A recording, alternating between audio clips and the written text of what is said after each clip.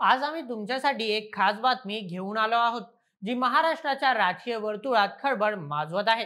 बारामती म्हणजे पवार कुटुंबाचं राजकीय गड आणि महाराष्ट्राच्या सत्ता कारणाचं केंद्र. याच बारामतीतून ओबीसी नेते लक्ष्मण हाके यांनी राष्ट्रवादी काँग्रेसचे सर्वेसर्वा शरद पवार आणि उपमुख्यमंत्री अजित पवार यांच्यावर जोरदार हल्लाबोल केला आहे. त्यांनी मराठा आरक्षण आंदोलनाचे नेते मनोज जरांगे पाटील यांच्याशी संबंध जोडत पवार कुटुंबावर गंभीर आरोप केले आहेत. चला तर मग जाणून घेऊया काय आहे ही संपूर्ण बातमी आणि लक्ष्मण हाके यांच्या या वक्तव्यामागचं कारण आजच्या व्हिडिओमध्ये. नमस्कार, मी नील सोनार, तुम्ही पाहत आहात बोलेमेच. महाराष्ट्राच्या राजकारणात सध्या मराठा आरक्षणाचा मुद्दा चांगलाच तापला आहे. याच पार्श्वभूमीवर ओबीसी समाजाचे नेते लक्ष्मण हाके यांनी बारामती येथे एका सभेत बोलताना शरद पवार आणि अजित पवार यांच्यावर थेट टीकास्त्र सोडलं. हाके यांनी शरद पवार यांच्यावर आरोप केला की त्यांनीच मराठा आरक्षणाच्या नावाखाली मनोज जरांगे पाटील यांच्यासारखं भूत महाराष्ट्राच्या मानगुटीवर बसवलं. यासोबतच त्यांनी अजित पवार यांच्यावर जोरदार हल्ला चढवला आणि त्यांना गोचिडासारखं अर्थ खात्याला चिटकलेला नेता म्हणून हिणवलं. हाके यांच्या या वक्तव्यामुळे बारामतीसह संपूर्ण महाराष्ट्रात खळबळ उडाली आहे आणि मनोज जरांगे पाटील यांना भूत म्हटलं म्हणून मराठा समाज हाके यांच्याबद्दल आक्रमक झाला आहे. लक्ष्मण हाके हे ओबीसी समाजाचे एक आक्रमक आणि बिनधास्त नेते म्हणून ओळखले जातात. जालना जिल्ह्यातील बडोदा येथील रहिवासी असलेले हाके गेल्या काही वर्षांपासून ओबीसी समाजाच्या हक्कांसाठी लढत आहेत. त्यांनी ओबीसी आरक्षणाच्या मुद्द्यावर अनेक आंदोलन केली आणि सरकारवर दबाव आणला. त्यांचं नेतृत्व आणि स्पष्ट वक्तव्यपणा यामुळे ते ओबीसी समाजात लोकप्रिय आहेत. पण त्याचवेळी त्यांच्या आक्रमक वक्तव्यामुळे ते नेहमीच चर्चेत राहतात. मराठा आरक्षणाच्या मुद्द्यावर त्यांनी सातत्याने आपली भूमिका मांडली आहे आणि मराठा समाजाच्या आंदोलनाला तितक्याच ताकदीने विरोध केला आहे. हाके यांचा असा दावा आहे की मराठा आरक्षणामुळे ओबीसी समाजाच्या हक्कांवर गदा येईल आणि याच मुद्द्यावरून त्यांनी पवार कुटुंबाला लक्ष केलं आहे. बारामतीत एका जाहीर सभेत बोलताना लक्ष्मण हाके यांनी शरद पवारांवर थेट हल्ला चढवला. त्यांनी म्हटलं, शरद पवारांनी मराठा आरक्षणाच्या नावाखाली मनोज जरांगे यांना पुढे आणलं आणि त्यांचं भूत महाराष्ट्राच्या मानगुटीवर बसवलं. या भूतामुळे ओबीसी समाजाचं नुकसान होत आहे. हाके यांचा असा आरोप आहे की शरद पवारांनी आपल्या राजकीय फायद्यासाठी मराठा आरक्षणाचा मुद्दा पेटवला आणि त्यामुळे सामाजिक तणाव वाढला. या सभेत त्यांनी अजित पवार यांच्यावर ही जोरदार टीका केली. ते म्हणाले, अजित पवार हे गोचिडासारखं अर्थ खात्याला चिटकले आहेत. त्यांचा आणि त्यांचे सहकारी अमोल मिटकरी यांच्यावर मी जर बोललो तर त्यांच्या अंगावर कपडेही राहणार नाही. हाके यांच्या या आक्रमक शब्दांनी उपस्थितांमध्ये हशा पिकला, पण त्याचवेळी राजकीय वातावरणही तापलं. लक्ष्मण हाके यांनी पवार कुटुंबाला लक्ष करण्यामागे मराठा आणि ओबीसी समाजातील तणाव हा मुख्य मुद्दा आहे. मराठा आरक्षण आंदोलनाचे नेते मनोज जरांगे पाटील यांनी सातत्याने शरद पवार आणि त्यांच्या पक्षाची जवळीक दाखवली आहे. सुप्रिया सुळे यांनी जरांगे यांची भेट घेतल्याने हाके यांचा राग आणखी वाढला. हाके यांचा असा दावा आहे की शरद पवार आणि त्यांचा पक्ष मराठा समाजाला पाठिंबा देऊन ओबीसी समाजाच्या हक्कांना धक्का लावत आहे.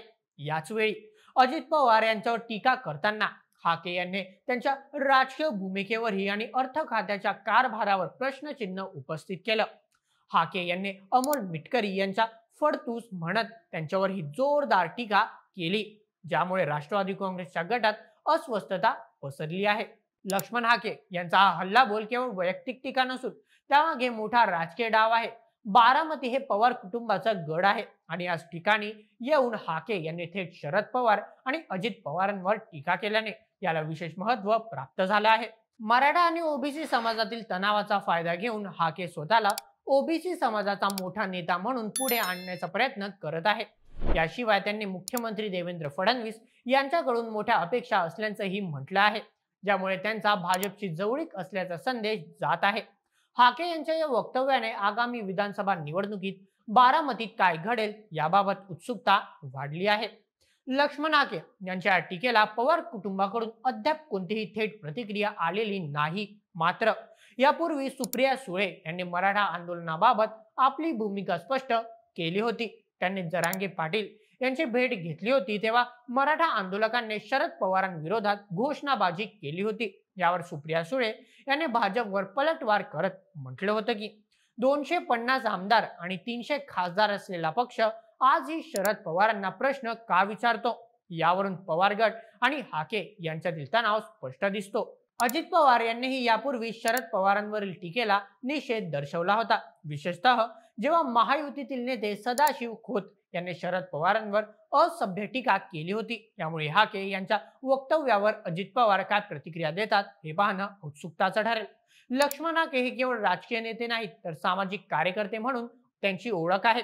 त्यांनी ओबीसी समाजाच्या हक्कांसाठी अनेक आंदोलन केली आहेत. त्यांच्या आंदोलनामुळे सरकारला ओबीसी आरक्षणाच्या मुद्द्यावर गंभीरपणे विचार करावा लागला आहे. हाके यांचं बोलणं नेहमीच आक्रमक आणि बिनधास्त असतं, ज्यामुळे ते काही वेळा वादाच्या केंद्रस्थानी येतात. नुकतंच अमोल मिटकरी यांनी हाके यांना फॉर्च्युनर गाडी भेट मिळाल्याबद्दल टीका केली होती. त्याला हाके यांनी सडेतोड उत्तर दिलं होतं. हाके यांचा असा दावा आहे की त्यांचं आंदोलन आणि नेतृत्व सामान्य माणसाच्या हितासाठी आहे आणि ते कोणत्याही दबावाखाली बनणार नाही. लक्ष्मण हाके यांच्या या वक्तव्याने महाराष्ट्राच्या राजकारणात नवं वादळ निर्माण होण्याची शक्यता आहे.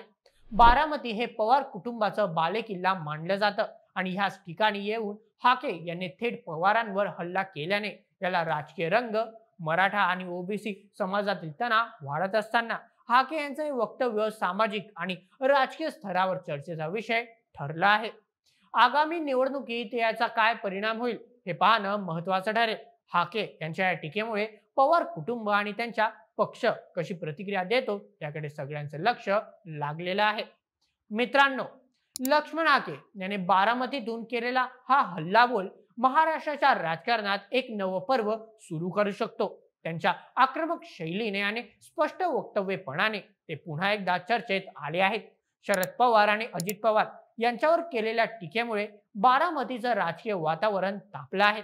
याचा परिणाम आगामी निवडणुकीत काय होईल आणि पवार कुटुंब याला कसं उत्तर देईल हे पाहणं उत्सुकताचं ठरणार आहे. तुम्हाला हाके यांच्या या वक्तव्याबद्दल काय वाटतं? आम्हाला तुमचे मत कमेंटमध्ये नक्की कळवा आणि अशाच व्हिडिओंकरिता सबस्क्राईब करा बोल एमएच या आपल्या युट्यूब चॅनलला. धन्यवाद.